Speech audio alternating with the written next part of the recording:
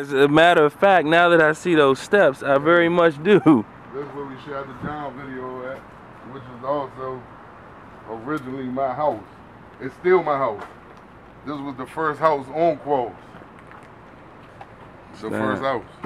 This was all woods. This was the first house on Quarles. There wasn't no sidewalks. There wasn't no sidewalks. We had all dirt around the last street in DC to get sidewalks. Yeah, we ain't had no sidewalks. You serious? Yeah, you see how the alley is? Yeah. That was how this whole street was. The whole street was like that. We ain't had no sidewalks. We just got sidewalks. Right there was all wood. That house wasn't even this house wasn't even right there. Damn. This was the whole, this was a pit. We used to call it the pit. We had a motherfucking basketball court up against the tree, living room furniture and all that shit. With the fire burrow and everything. Burrow out the joint. That was our pit, man. We was out there like this in the wintertime without tank tops and shit on. We felt good in front of that burrow, you know what I mean? That burrow kept many niggas warm, man. Alright. For them all-nighters. So let's see you make it to the car.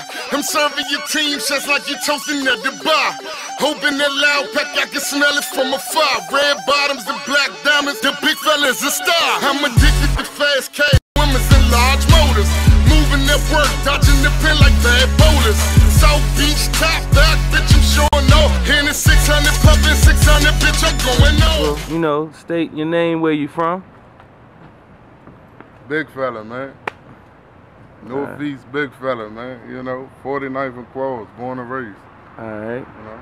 Alright, I guess to start off, I wanted to start off my first question with, you know, how you got into music, but after some research, I realized that music is only one branch of what you even do. So if you could just speak on, you know, what type of business are you in, you know, what do you do, you know, I guess in a general sense, just to get people started on knowing who you are. Well, the big fella is, you know what I mean, I'm an entity by itself. You know, not only do I do music, I write books, I write movies, I write stage plays, and right now I'm working on a TV series, so. Alright. So out of those things, what would you say is your heart, or what is your favorite of the arts or the, you know, the businesses that you run? I'm gonna say music, man, you know, especially coming from the streets. I'm a voice of the streets, so the streets love me. Okay. So I'm gonna go with music. All right, how did you get into music? What are your influences, you know, growing up, you know? Like, well, I'm from the Northeast, so over here we had the Circle Boys. We had Section 8 Mob, and we had a few, Hood Life and Money and all them, you know, Two-Face the Don. And I think I was like one of the youngest rappers from Northeast. I was in a group, you know what I mean, Royal Family. And we was crushing everything, you know what I mean? So my influence is always, you know, I'm gonna have to say Pac, Biggie, Eazy-E and all that, because that's what I grew up on around here.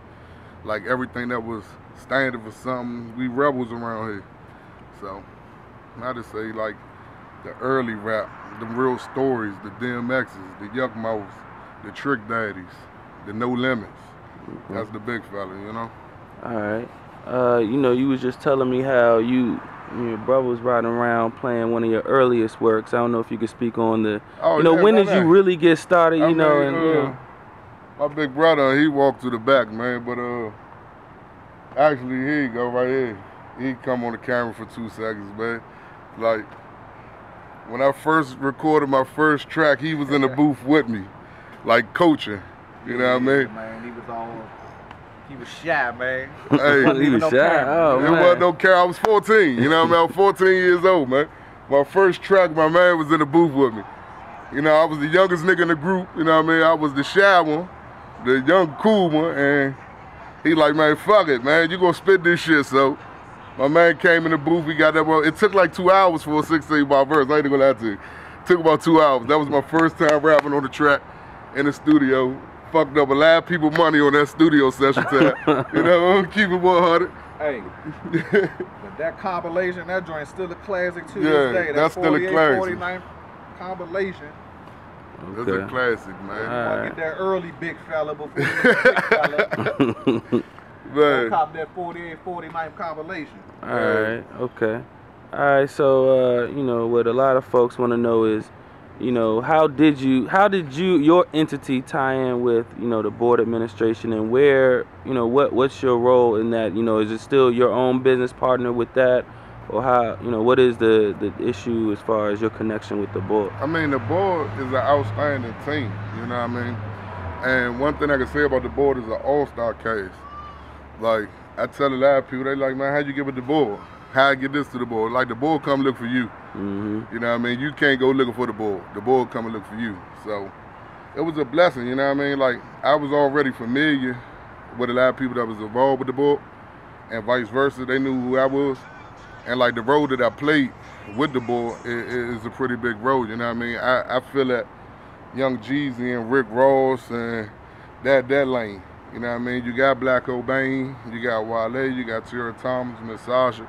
The big fella just got his own lane. Okay. You know what I mean? That's that boss lane. And that flat fat boy stun shit. That's me. Alright, and we definitely been checking out the videos and the freestyles you've been dropping, particularly with the Fat Fridays. You know, it's basically getting everybody gigging for, you know, that project. I didn't know if we could get any info we when, can't. I mean, know. Right now we got I got a current situation with Overdose Entertainment and the board, so it's like a conglomerate, you know what I mean, joined as one. So it's a beautiful situation, heart of a king, man. Like I say, heart of a king. It's gonna be everything the streets anticipated, you know what I mean, and even more. So Overdose, the board is bringing you a classic.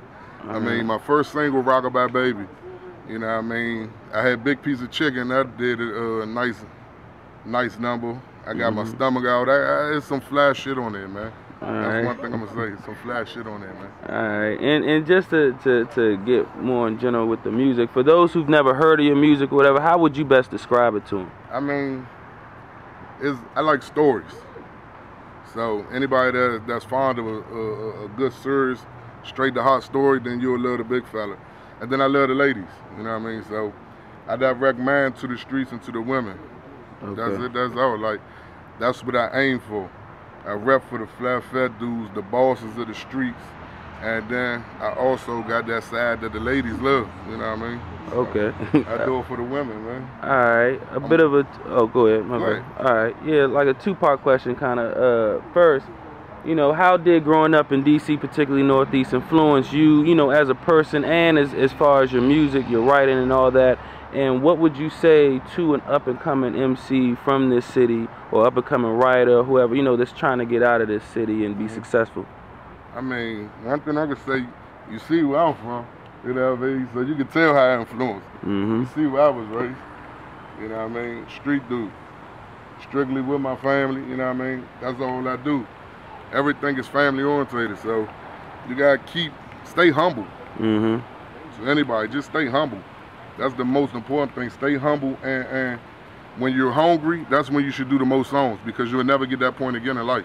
Okay. That hunger. Because once you already succeeded and reached that plateau of success, there's no way to get that hunger. You know what I mean? So growing up in DC, man, really shaped me, man. It was a beautiful thing. You learn how to be, you know what I mean, well-grounded, you know what I mean? And you got to focus to get out of here, so you got to stay on that path to continue. If not, you're gonna fall off like everybody else. Okay. All right. I guess to try to close out, you know, what's next after you drop the next project, and as far as, you know, the book that you have and other things that you have in the works, if you could speak on that as far as the business. After Heart of a King drop, you know, we're gonna do a lot of performance. So when I'm on the road, I'll be writing part 2 to my book, Foreplay. Okay. Foreplay, Never Say Never, you know what I mean? It's like one of the top selling novels. So I'm gonna write part 2 to that, and then I'm gonna work on another movie, like far as writing, and then at the top of the year we'll probably start production, you know. Okay. For those who want to reach you and you know, get the stuff that you have, buy your book, your music and all that, how can fans get in touch with you? Twitter, @TheBigFella, DABIGFELLA. Follow the board, follow Fordham's First, the Big Fella, you know what I mean, the whole team, man, Big Hand, man, the Future Mogul, you know, Black, TT, like, it's all over the net, man. You can't miss me, man. We run the streets and we running the net right now. So the big fella, get at me. Twitter all day, man. Shout out Jukebox TV, man. It's the big fella. Broadcasting live from Northeast. You know what it is. The mayor of Northeast. Let's get it. Jukebox TV.